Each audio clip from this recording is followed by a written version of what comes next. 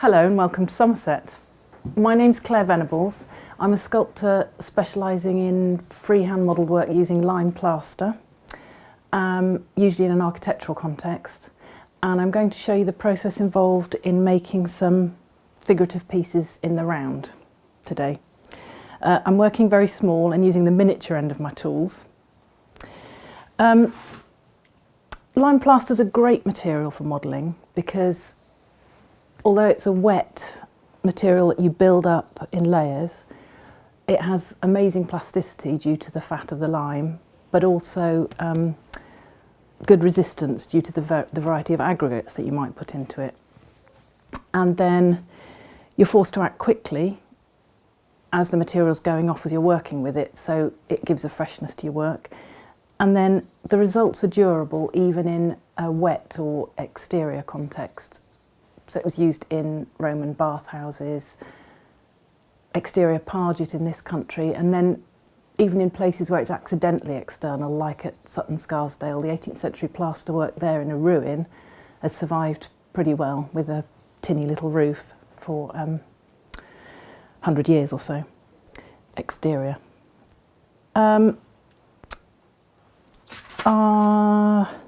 So it's robust when it's cured, but if you're working with any sort of projection, as it's a wet material, you're going to need an armature. So traditionally in wall work, this is a bit of lath or wood stuck into your lath work. If you're on a stone wall, you might be using ironwork, whatever's to hand. Here I've put in a couple of screws, joined them with some threaded bar, and then made some finer details using lead. Lead was quite common in curving shapes or any leaf or ribbon work.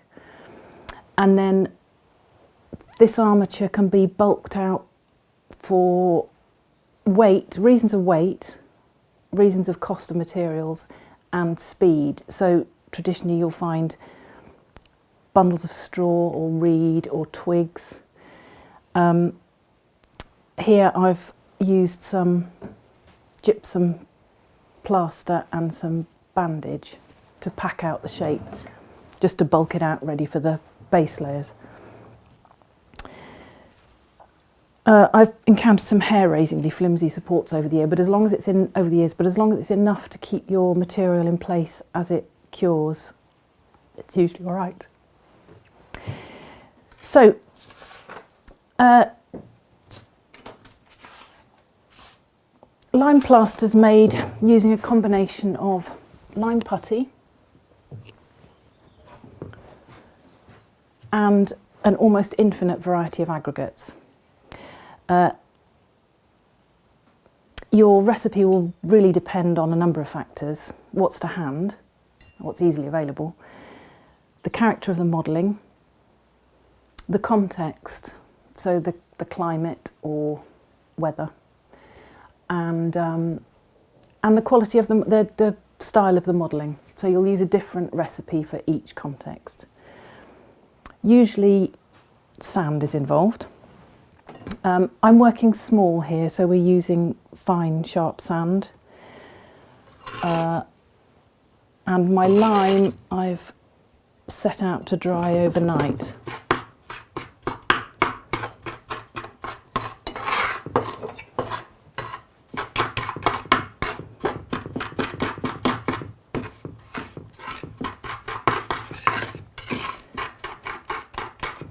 Once lime is slaked, I'll talk a bit about the lime cycle in a bit, but once lime is slaked, it continues to slake on a smaller and smaller level, so it improves with age. So for your finest work, you would always want a nice aged lime. Vitruvius said to keep your lime for a year before using it. But the best lime I've ever worked with was about 20 years old, and you needed scarcely any aggregate and it behaved impeccably.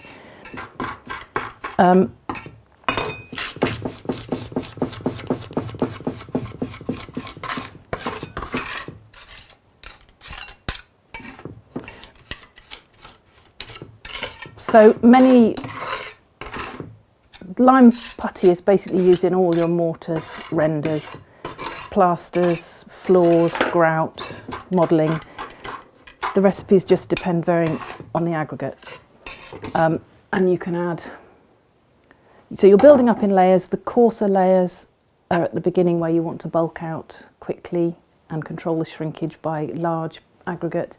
You'll add hair commonly, and then brick dust, marble dust, crust shell, and then in the finer work the recipes are almost endless. Rye flour, fig juice, eggs, blood, marshmallow, all sorts of ingredients, beer.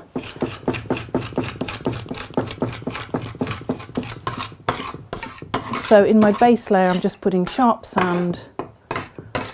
I'm going to add a little bit of gypsum for speed of set and a drop of animal glue, which is pearl glue soaked overnight and then dissolved.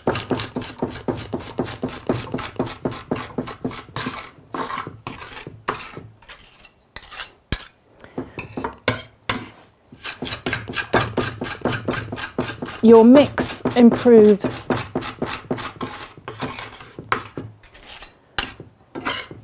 the lime improves the more you mix it.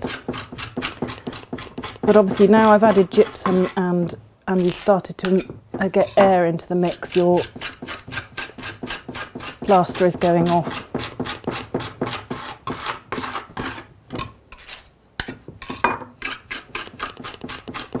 As it's worked.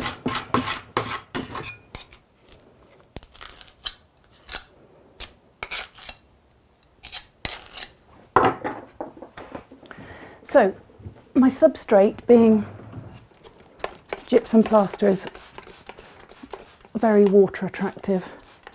So you want to control the set again of your first coats by wetting down the background so the suction isn't too great and destroys your mix as you're working with it. So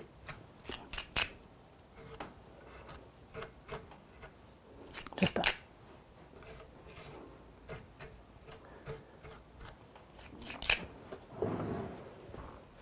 plaster into the layers. One great advantage of not working on the ceiling is being able to move your background around.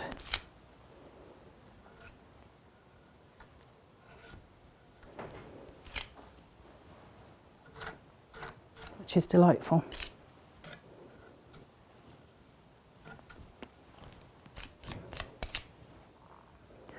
So the lime putty is obtained from slaking quicklime.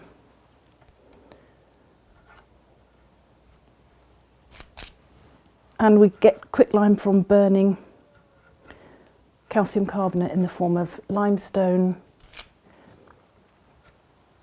marble, crushed up marble statues, seashells, made very good lime from seashells, burnt at about 900 degrees until it becomes calcium oxide or quicklime, which is a powder, and then that's slaked by adding water, which then forms your lime putty, which, as I've said, is best if it can be stored for as long as possible. You then use your lime in your whichever way you're going to use it, and it sets as it dries, but then as it absorbs carbon dioxide from the atmosphere, it slowly chemically returns to being calcium carbonate, hence the cycle. And also hence how 17th century ceilings are sort of self-healing up to a point, because as there's movement in the building, the lime can carbonate around movement gradually over the years and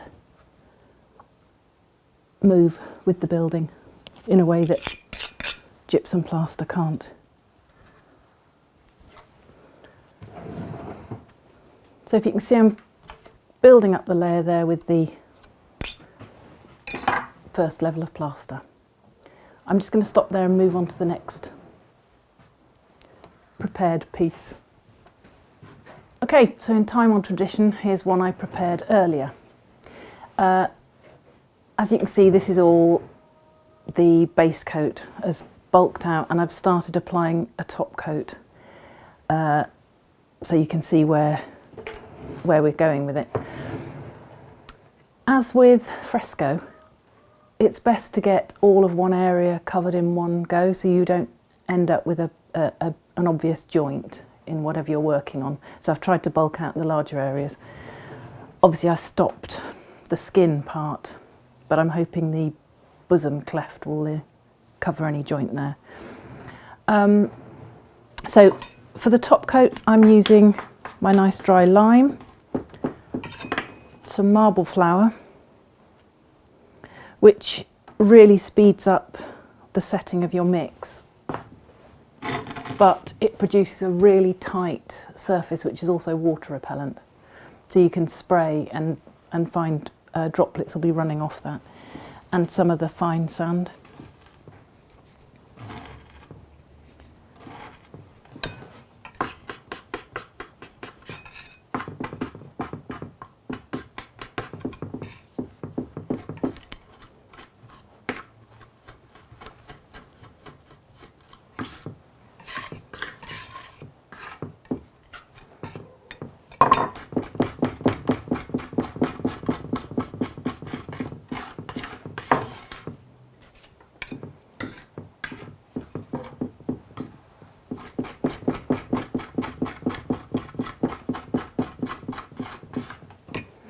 The plasticity of the lime does tend to improve the more you work it.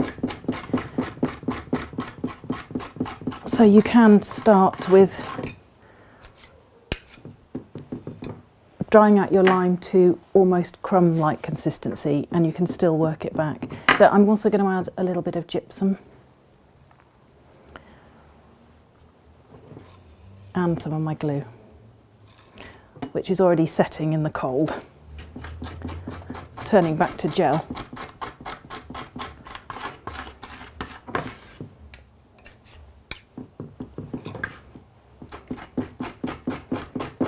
You can also add, I mentioned brick dust earlier, but you can also add brick dust as a different aggregates as a colouring, as you might do in sgraffito. Depending on how much brick dust you add, you can get quite a nice variety of colours.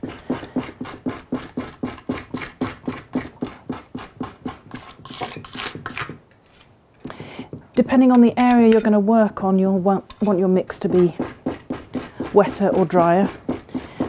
You may wish to add a certain amount of gypsum so that you can build up an undercut in real time and have it going off, and then you can build another layer and another layer if you're going to produce a leaf that was curling out, for example. I'm making quite a wet mix here.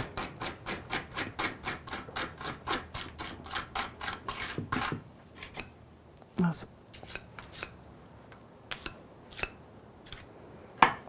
going to work on some of these acantha style decorations on the edge of the body.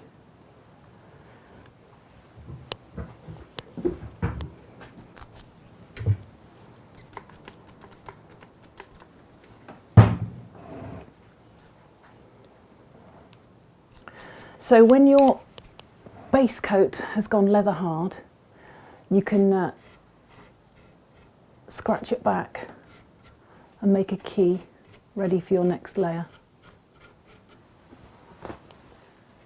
And you'll often see sketching out with a sharp point guiding where your modelling's going to go.